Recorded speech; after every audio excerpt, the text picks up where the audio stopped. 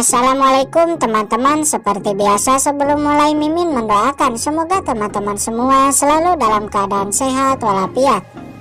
Oke, kali ini kita akan melanjutkan Martial Master versi novel bagian 360.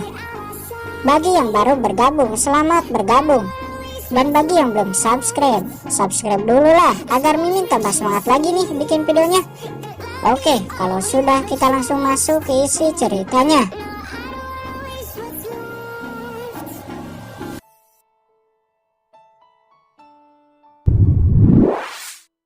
Langsung menyerang Kincen. Melihat itu, Kincen merilis domain pedang dan jurus pedang Dao yang dikuasai Kincen saat di warisan pedang iblis juga ditampilkan. Pedang karat langsung menebas. Seketika formasi domain Lingjun hancur. Serangannya juga diblokir, namun pedang karat masih menyapu ke arahnya. Dan boom, langsung menghantam lengan Lingjun. Lingjun terhempas beberapa meter ke belakang dan lengannya terluka.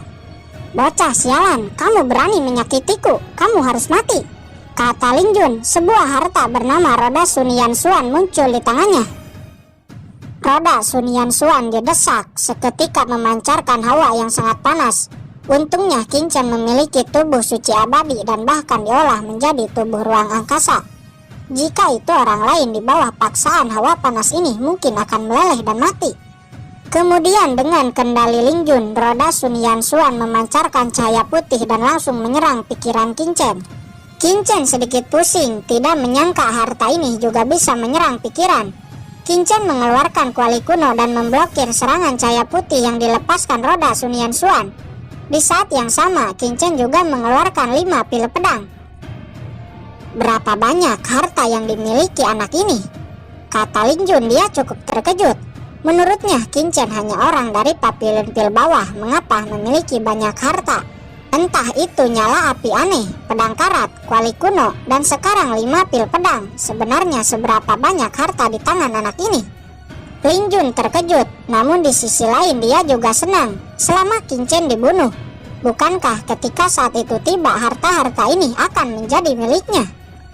Memikirkan hal ini, Lingjun kembali melakukan serangan dengan lebih ganas. Di sisi lain, Kincen terus mengendalikan kuali kuno dan terus-menerus memblokir serangan roda Sunian Suan. "Kuali ini sangat menakutkan," kata Lingjun.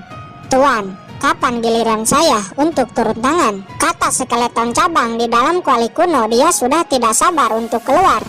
"Jangan buru-buru, kamu tetap diam di sana," kata Kincen. "Tapi tuan, mengapa? Saya telah mencapai puncak tengah kelas 8, hanya puncak awal kelas 8 saya bisa mengatasinya," kata skeleton cabang. "Membunuhnya memang gampang, tapi yang sulit adalah mencegahnya agar tidak mengirim berita apapun," kata Kincen. "Hahaha, nah saya ingin melihat berapa lama kamu bisa bertahan." Lingjun mendesak roda Sunian Suan dengan ekstrim. Cahaya putih menyala dan langsung melesat ke arah Kincen. Api teratai hijau menyelimuti Kincen dan terlihat api teratai hijau mampu memblokir serangannya. Apa? Mungkinkah itu benar-benar api surgawi? Lingjun terkejut melihat serangan kuatnya diblokir oleh api teratai hijau. Namun semakin kuat api itu, semakin Lingjun bersemangat untuk membunuh Kincen dan mendapatkan apinya. Sebuah rune muncul di tangan Lingjun. Dengan kendalinya, rune itu langsung menyerang Kincen. Di bawah serangan rune ini, Kincen terpental dan jatuh. "Nah, aku tidak akan buru-buru membunuhmu, tapi aku akan menangkapmu lebih dulu dan menyiksamu," kata Lingjun. Namun di saat Lingjun akan menangkap Kincen, tiba-tiba sekelompok serangga api dan semut pemakan ki yang telah bersembunyi sebelumnya langsung menyerbu ke arah Lingjun. "Gawat, serangga macam apa ini? Mengapa ada banyak serangga di alam Yukuno?" kata Lingjun. Kincen yang awalnya jatuh juga langsung bangkit dan menebas. Cahaya pedang menebas ke arah Lingjun. Menerima serangan itu, Lingjun terhempas dan menyemburkan seteguk darah. Saat ini akhirnya Lingjun tidak ingin lagi untuk menangkap Kincen. Dia hanya ingin secepatnya membunuh Kincen. Lingjun kemudian mengeluarkan esensi darah dari mulutnya dan memuntahkan darah itu kepada roda Sunian Suan. Tiba-tiba cahaya putih roda Sunian Suan menjadi semakin kuat dan langsung membungkus Kincen. "Skeleton cabang, sekarang giliranmu untuk mengambil tindakan," kata Kincen. Seketika skeleton cabang keluar dari kuali kuno, langsung melesat ke arah Ling Jun dan menyambuknya. Tidak baik. Ling Jun terkejut dengan kemunculan skeleton cabang, namun untungnya dia masih selamat dari serangan skeleton cabang. "Siapa kamu?" kata Ling Jun. Dia tidak menyangka ada ahli yang keluar dari kuali itu. Kuali macam apa sebenarnya ini? Ternyata ada ahli yang bersembunyi di dalamnya. "Hei, orang ini belum mati," kata skeleton cabang. Dia tidak menyangka Ling Jun akan lolos dari serangannya. Sesaat sebuah jimat luar angkasa muncul di tangan Ling Jun. Di saat itu didesak, Ling Jun hampir menghilang di kekosongan. "Skeleton cabang, hentikan dia," kata Qin Chen. Tombak hitam muncul di tangan skeleton cabang dan langsung menahan Ling Jun. "Mau pergi? Apakah bisa semudah itu?" kata skeleton cabang. "Sialan, karena kamu ingin mati, maka matilah." Ling Jun menekan tengah-tengah alisnya dengan jarinya, dan seketika dari alis Ling Jun muncul aura yang mencengangkan. "Ini aura seorang martial emperor," kata Qin Chen. Matanya memadat. Ini yang Qin Chen takutkan. Sama seperti di desa naga surgawi, peri Cilian istana penegak hukum mengaktifkan indera ilahi yang ditanam oleh Ji Hong Chen. Yang dilakukan Ling Jun sekarang sama seperti itu. Namun bedanya ini di alam Yu kuno. Aura yang berhasil dikirimkan hanya 1/10 saja. Akan tetapi, walaupun hanya 1%, itu tetap seorang ahli martial emperor. Tembakannya akan sangat menakutkan. Dan benar saja, duar! Tembakan itu langsung menghantam dada skeleton cabang.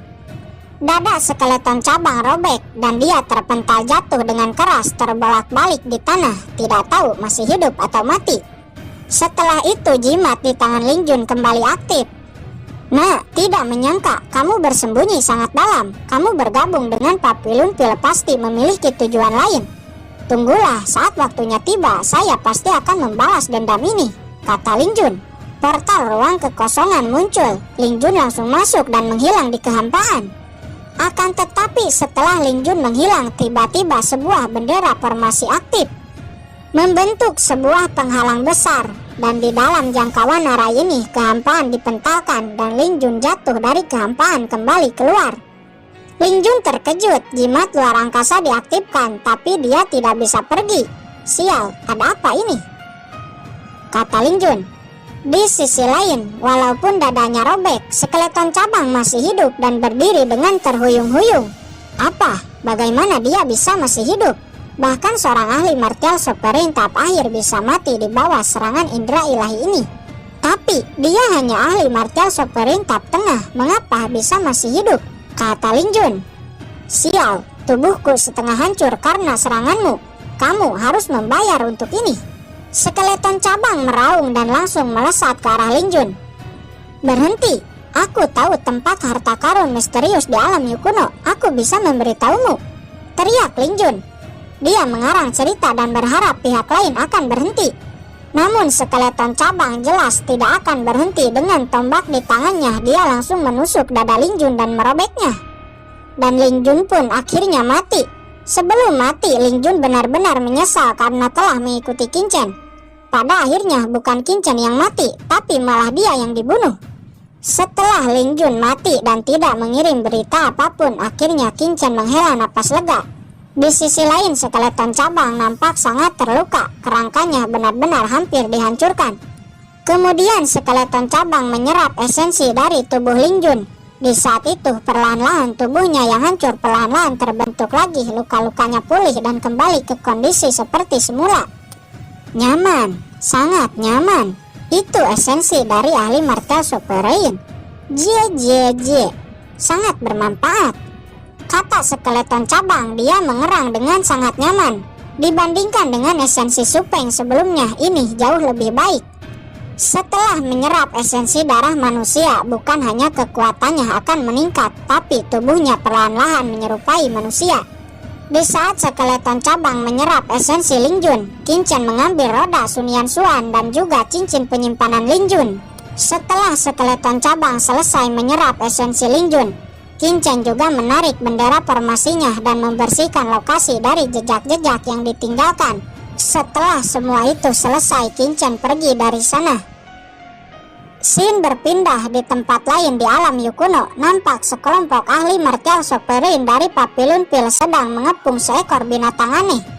Di bawah serangan beberapa ahli martial sovereign, binatang aneh ini akhirnya dikalahkan dan mati. Setelah mati, binatang aneh ini meninggalkan sebuah kristal darah. Di alam Yukuno ada dua harta, yakni kristal ruang angkasa dan kristal darah. Semuanya, ayo kita masuk lebih dalam untuk mendapatkan lebih banyak kristal darah, kata seseorang di kelompok itu. Dia bernama Ling Yuanan. Dia adalah seorang penatua keluarga Ling, salah satu dari 3 orang yang memasuki alam Yukuno dari keluarga Ling. Di saat Ling Yuanan akan masuk lebih dalam, tiba-tiba dia berhenti. Saudara Ling Yuanan, ada apa? Kata salah satu ahli martial sovereign di sisinya. Dia bertanya di saat Ling Yuanan tiba-tiba berhenti. Ling Jun dari keluarga Ling sudah mati, kata Ling Yuanan. Dia merasakan token giok kehidupan dari Ling Jun di cincin penyimpanannya telah hancur. Itu menandakan bahwa Ling Jun telah mati. Tiba-tiba ekspresi Ling Yuanan terkejut dan juga marah.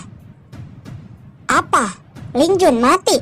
Bagaimana dia bisa mati? Bukankah dia ditempatkan di lembah untuk menjaga para jenius, bahkan tidak memasuki kedalaman? Tapi mengapa dia bisa mati? Mungkinkah ada orang yang menyerang Papillon Pil kita? Semua orang di sana terkejut. Tidak, saya harus pergi untuk melihatnya sendiri. Semuanya segera laporkan hal ini kepada Master Situ. Sedangkan saya akan pergi lebih dulu, kata Ling Yuanan. Dia pun melesat pergi dan menghilang dari sana. Ayo pergi, kita harus cepat memberitahu Master Situ dan sesegera mungkin pergi kembali ke pinggiran. Scene berpindah di tempat lain. Qin Chen telah sampai di sebuah lembah. Karena sebelumnya Qin Chen juga cukup terluka, akhirnya dia bersila di lembah ini dan mulai menyembuhkan diri. Beberapa saat kemudian Qin Chen telah pulih. Lalu Qin Chen berganti baju dan memakai topeng. Ini untuk menyamarkan identitasnya. Bagaimanapun Qin Chen hanya setengah langkah martial sovereign. Jika seniman bela diri lainnya melihat orang dengan kultivasi setengah langkah martial sovereign mampu memasuki kedalaman Yukuno, itu akan menimbulkan masalah. Selanjutnya Qin Chen membuka cincin penyimpanan Ling Jun dan memindahkan semua harta di cincin penyimpanan Ling Jun ke dalam cincin penyimpanannya. Layak menjadi keluarga bangsawan, hartanya sangat melimpah, kata Qin Chen. Ada banyak batu asli, pil obat, dan juga tanaman obat tingkat tinggi. Di sisi lain, Qin Chen juga memperbaiki roda Sun Yanxuan agar bisa dikendalikan. Setelah itu semua telah selesai, Qin Chen kemudian melanjutkan perjalanan menuju tempat yang bagus untuk berkultivasi yang ditemukan Qin Chen di kehidupan sebelumnya. Namun di tengah jalan tiba-tiba Qin Chen lupa jalan dan nyasar. Pada akhirnya Qin Chen mendesak cakram giok keberuntungan. Benar saja, dengan cakram giok keberuntungan Qin Chen dapat melihat area sekitar. Dan Qin Chen melihat zona turbulensi.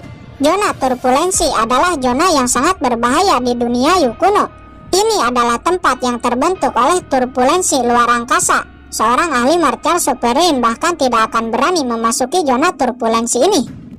Tapi wajah Qin Chen tiba-tiba senang karena dia ingat bahwa tempat di kehidupan sebelumnya tidak terlalu jauh dari zona turbulensi. Namun di saat itu Qin Chen merasakan gelombang fluktuasi dari kejauhan. Tidak baik, ada seseorang yang menuju ke sini. Orang ini pasti datang karena merasakan gelombang energi yang dilepaskan cakram giok sebelumnya, kata Qin Chen. Seorang wanita berbaju biru muncul di hadapan Qin Chen. Sesaat Qin Chen merasakan bahwa orang ini adalah ahli martial sovereign tahap tengah. Aura orang ini jauh lebih menakutkan daripada Ling Jun. Namun di lapangan sebelum memasuki alam Yukuno, Qin Chen tidak melihat orang ini. Jelas orang ini pasti berasal dari istana berkabut atau istana penegak hukum. Siapa kamu? Cepat buka topengmu. Benda apa yang kamu gunakan sebelumnya? Kata wanita berbaju biru itu.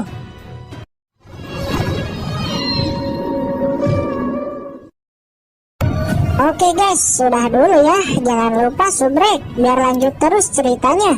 Bagi yang sudah subrek, mudah-mudahan dimudahkan rezekinya. Mimin undur diri. See you next and goodbye.